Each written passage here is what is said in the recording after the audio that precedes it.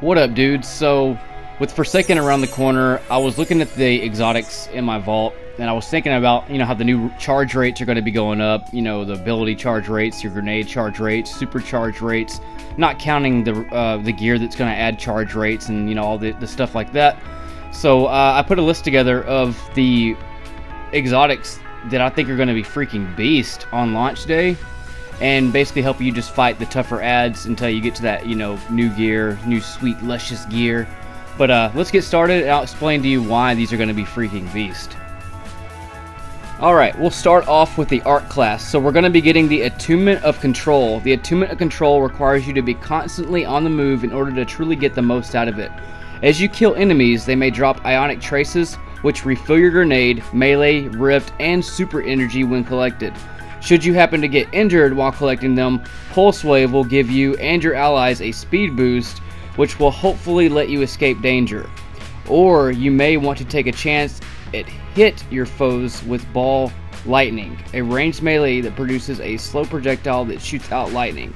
So, with all that being said, Crown of Tempest basically is going to recharge all that stuff super hella fast for you, dude. Like, your super's going to go up. You can get that ×3 going to get your nades back. And not only that, when you have the new super that, reaches out with that super where you can turn it on and off, this is going to be a freaking beast, because if you need a grenade charge, you can flip that super on real fast, knock a couple dudes out, and just start charging all your stuff back, including like your super energy and stuff like that with the grenades you're going to get after your thing ends. So you might even be able to get like infinite abilities with the Crown of Tempest helmet. I don't see it ever stopping with how the charge rates are going to be, so it's definitely an exotic you might want to keep on taking a look at and maybe equip that on launch day. Okay, and with all that being said, the Apotheosis Veil is probably going to be just a soloist dream, dude, because with the super you can turn on and off, immediately regenerate health, melee, grenade, and rift energy upon activating your super. Dude, that sounds amazing. I used to use this with Stormcaller all the time. Whenever I was about to die, I would just blast everybody out of the way. But with the Attunement of Control, this might be a beast, dude, unless they patch it to where that doesn't keep recharging all your stuff as you flick it on and off. If it doesn't, that might be the one that I might stick with on the Arc class.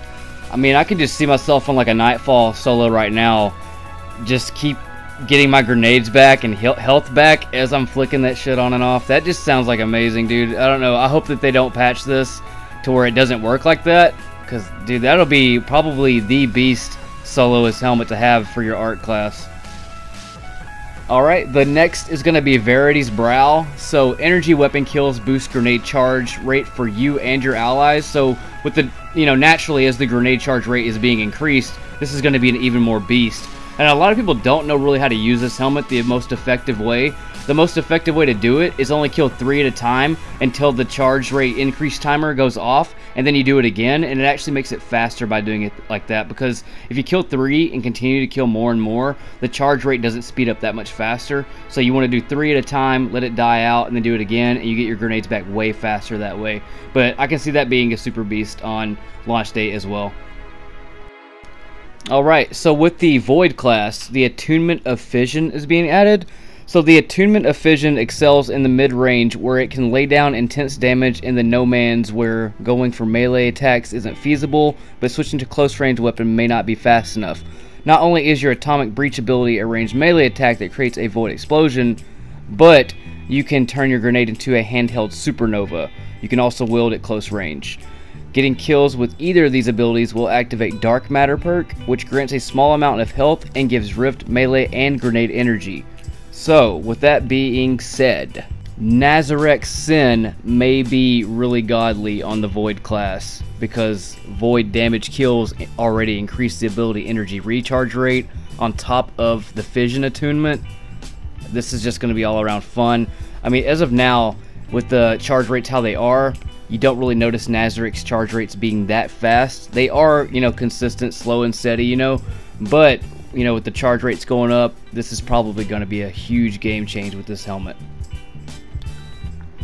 And with my personal favorite, the Ophidian Aspect. So with shotties and everything going to special, you can, wield all whatever you want on any slot, basically what they're talking about. Not anything, but you get the idea.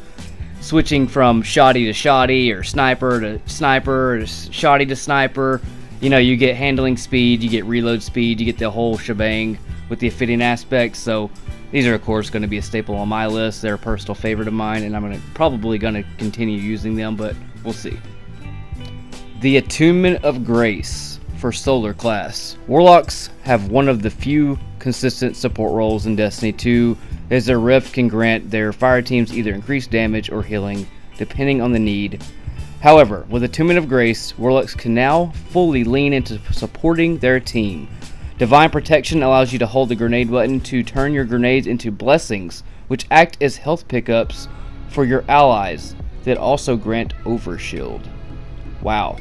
You also lead more aggressive charges. By example, as Guiding Flame empowers your allies after its flaming melee attack connects, empowering or healing allies through Divine Protection, Guiding Flame, or either form of your rift triggers Benevolent Dawn, regenerating your melee, grenade, and your rift abilities.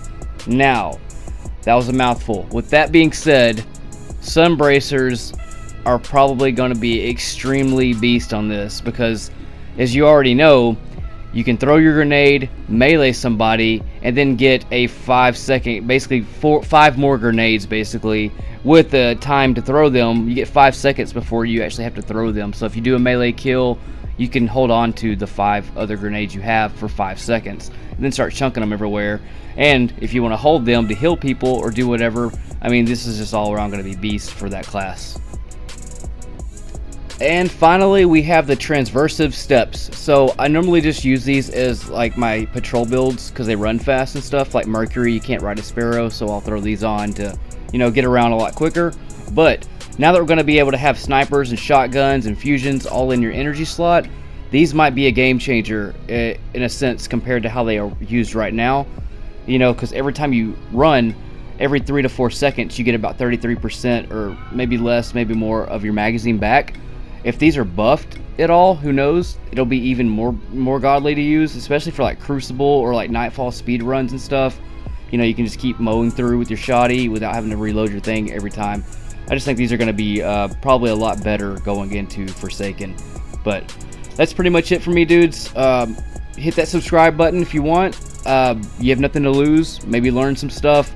If you haven't checked out my build videos, definitely check those out. I test pretty much all the stuff in the game stat-wise to give you the best loadouts for your highest rate of survival. So, y'all take it easy, dudes. I will catch y'all later. Rustopholis signing off.